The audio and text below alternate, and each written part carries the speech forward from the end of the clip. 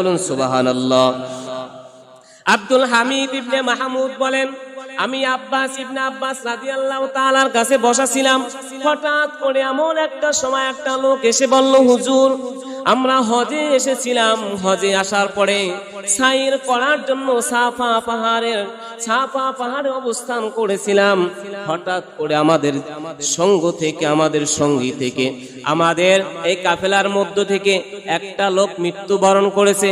হুজুর মৃত্যুবরণ করার পরে আমি ওই লোকটাকে কবর দেওয়ার জন্য বিভিন্ন জায়গায় একবার কবর খনন করলাম। কবর খনন করার পর দেখলাম যখন কবর খনন করা শেষ হয়ে গেছে, কবরটার ভিতরে পরিপূর্ণভাবে সমস্ত কবরটা অজাগর সাপে পরিপূর্ণ হয়ে গেছে। সেখানে দাফন দিতে পারলাম না।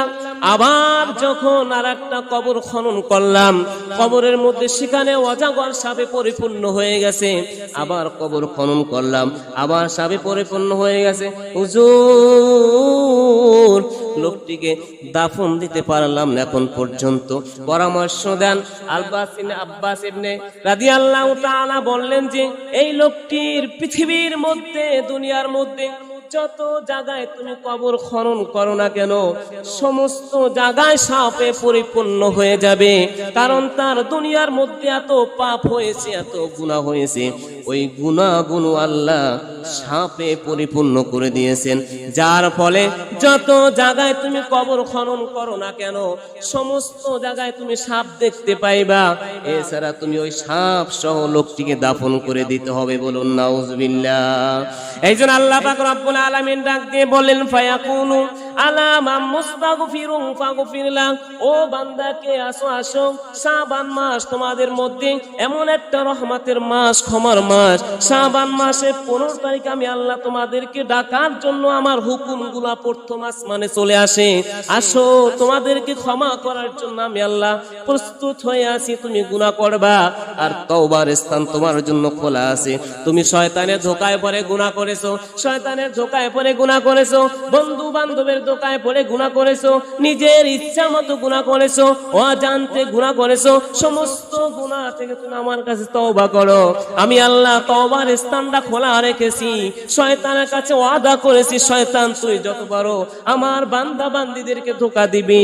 আর আমি আল্লাহ বান্দা যতক্ষণ পর্যন্ত তওবা করতে দেরি, আমি আল্লাহ ক্ষমা করতে দেরি নাই। বলুন সুবহানাল্লাহ। আরো জোরে বলুন না সুবহানাল্লাহ। আল্লাহ রাব্বুল আলামিন বললেন যে তোমরা সব সময় ক্ষমা প্রার্থনা করো না, সব সময় দোয়া কবুল হয় না। এই জন্য আমি আল্লাহ কিছু রাত নির্দিষ্ট করে দিয়েছি, কিছু দিনকে নির্দিষ্ট করে দিয়েছি। ও বান্দা, একটা দিন হচ্ছে শাবান মাসের 15 তারিখে দিন আসো আমার কাছে। এই দিনটা খুব রহমতের দিন, মাগফিরাতের দিন। ওয়াসারিউ ইলা মাগফিরাতিম মির রাব্বিকুম ওয়া জান্নাতিন আরদুহাস সামাওয়াতু ওয়াল আরদু উইদ্দাত লিল মুত্তাকিন। বান্দা তুমি গুনাহ করেছো, এত বেশি গুনাহ করেছো তুমি বুঝতে পারো না। তুমি মনে করেছো আল্লাহর রহমত থেকে তুমি নৈরাশ হয়ে গিয়েছো, কিন্তু না, তুমি রহমত থেকে নৈরাশ হও না। তোমার জন্য রহমত তোমার কাছে চলে যাবে। আমার কাছে রহমত চাও।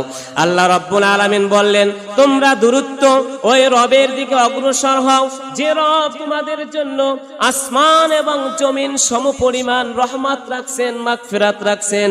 আসমান এবং জমিন সমপরিমাণ তোমাদের জন্য জান্নাত বানাই রাখছেন। ওয়াইদ্দাত লিল মুত্তাকিন, মুত্তাকিনদের জন্য আল্লাহ আসমান এবং জমিন সমপরিমাণ জান্নাত বানাই রাখছেন। বলুন সুবহানাল্লাহ।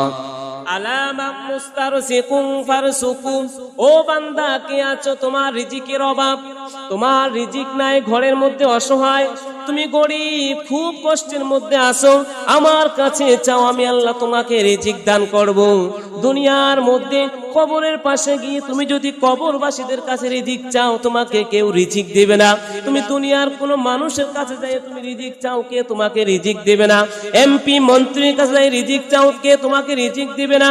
আমি আল্লাহ তোমার জন্য যদি রিজিক বাজেট না করি, তোমার তকদিরে যদি আমি রিজিক লিখিয়া না দিই, তোমাকে কে রিজিক দেবে? আসো, তোমার রিজিকের প্রয়োজন দুনিয়ার মানুষের কাছে চাইও না, দুনিয়ার কারোর কাছে চাইও না, তুমি শুধু আমার কাছে চাও।